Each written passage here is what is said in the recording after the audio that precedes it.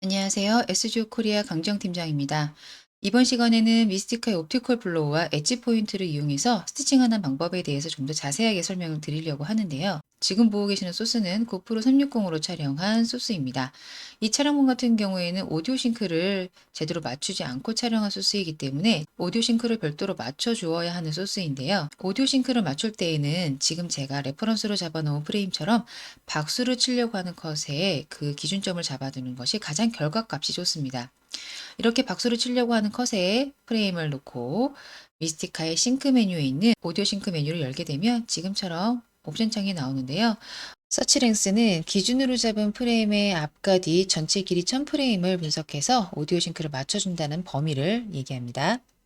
OK 버튼을 누르게 되면 미스티카가 자동으로 오디오를 분석을 하고요.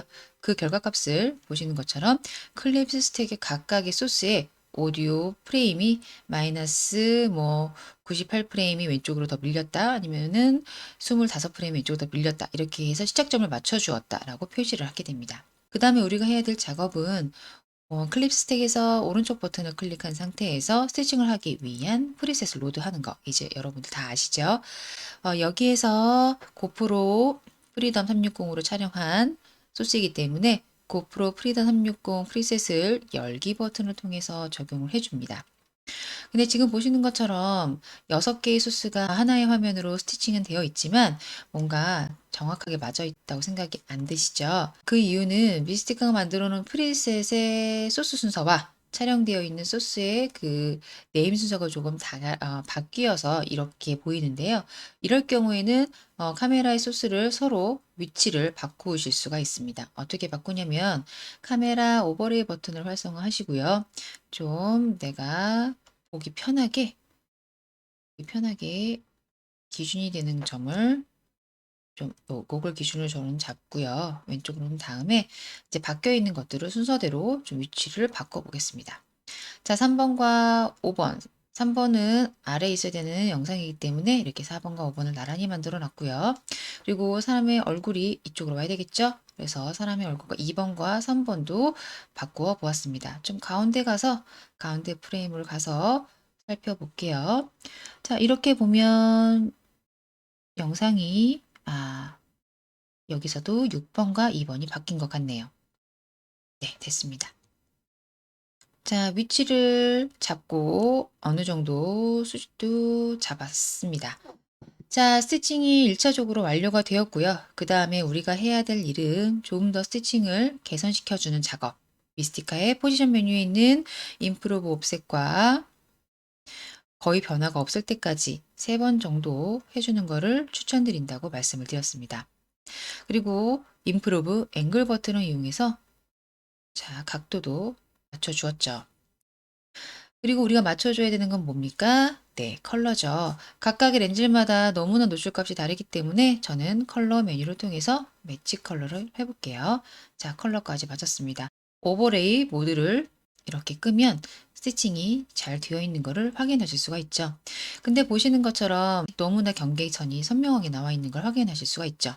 그래서 저희가 이렇게 전체적으로 패더 값을 주게 되면 이 경계선 부분이 많이 부드러워지는 걸 확인하실 수가 있습니다. 하지만 패더 값을 주면 어떤 문제가 생기냐면 여기 중앙에 보시는 것처럼 두 개의 이미지가 겹쳐져서 약간 잔상이 남는 것 같은 이미지가 보여질 때가 거의 대부분이죠. 왜냐하면 3번의 카메라도 이 영역을 찍고 있고 5번의 카메라도 이 영역을 찍고 있기 때문에 투명도가 반반씩 섞여버려서 두 개의 잔상 이미지가 여기에 남는 겁니다.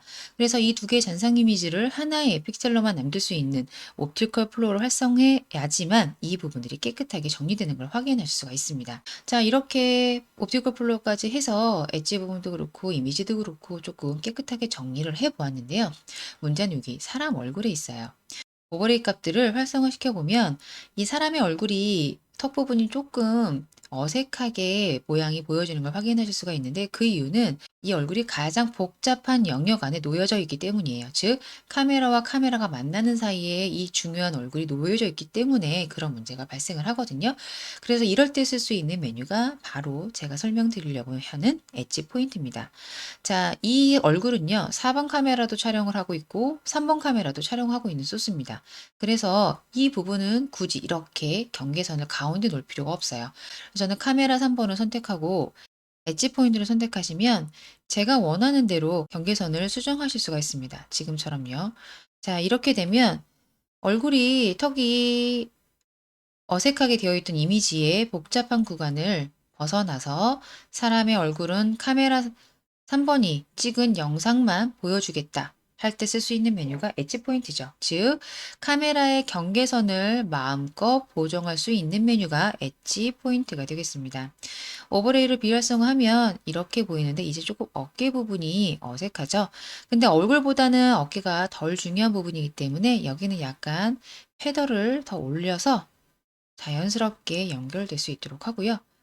이 부분을 이렇게 수정을 하게 되면 아까 얼굴이 턱이 되게 좁게 보였던 영상보다 조금 더 자연스러운 영상을 만들어 내실 수가 있습니다. 자, 이런 엣지 포인트는요, 스테레오 3D에서도 사용하실 수가 있습니다. 오버레이 값을 활성화시켜 보면 일반적으로 스테레오가 아닐 때에는 2번, 3번의 카메라 영역들을 정확하게 볼 수 있는데요. 스테레오에서는 레프트, 라이트 영상을 보시게 되면 이 레프트와 라이트의 그 시점은 카메라 2번, 카메라 3번, 즉 두 개의 카메라가 하나의 시점을 만든다고 보시면 됩니다. 일반적으로 스테레오가 아닌 영상은 카메라가 하나가 피사체를 찍고 있지만 스테레오일 경우에는 2번과 3번이 결합해서 왼쪽과 오른쪽에 시점을 만들어낸다라고 보시면 되는데요. 그래서 스테레오에서 엣지 포인트를 쓰실 때에는 레프트 뷰 모드에서 포인트 작업을 하시는 걸 추천드릴게요. 자, 여기에서는 피사체를 왜곡 없이 정확하게 지켜주고 싶다라고 하실 때에는 피스처의 왼쪽에 있는 카메라를 선택하시고 여기서 엣지 포인트에서 스테레오 엣지 포인트를 이런 식으로 추가해 주십니다. 그러면 보시는 것처럼 이 엣지 포인트는 카메라 2번과 3번이 같이 결합한 시점을 만들어 놓은 거기 때문에 이렇게 두 개의 카메라를 연결한 스테레오의 엣지 포인트가 생겨나는 걸 확인하실 수가 있죠. 자, 이 상태에서 저는 이 부분의 영역을 좀 더 확장하고 싶다라고 할 때에는 Shift 버튼을 누른 상태에서 마우스 왼쪽 버튼을 드래그를 하시면 지금 보시는 것처럼 이 시점의 영역을 좀 더 확대시킬 수가 있어요. 이렇게 저와 같이 옵티컬 플로우와 엣지 포인트를 이용해서 조금 나은 결과값을 만드는 스티칭 방법에 대해서 살펴보았고요. 저는 다음 강의에서 다시 찾아뵙겠습니다. 감사합니다.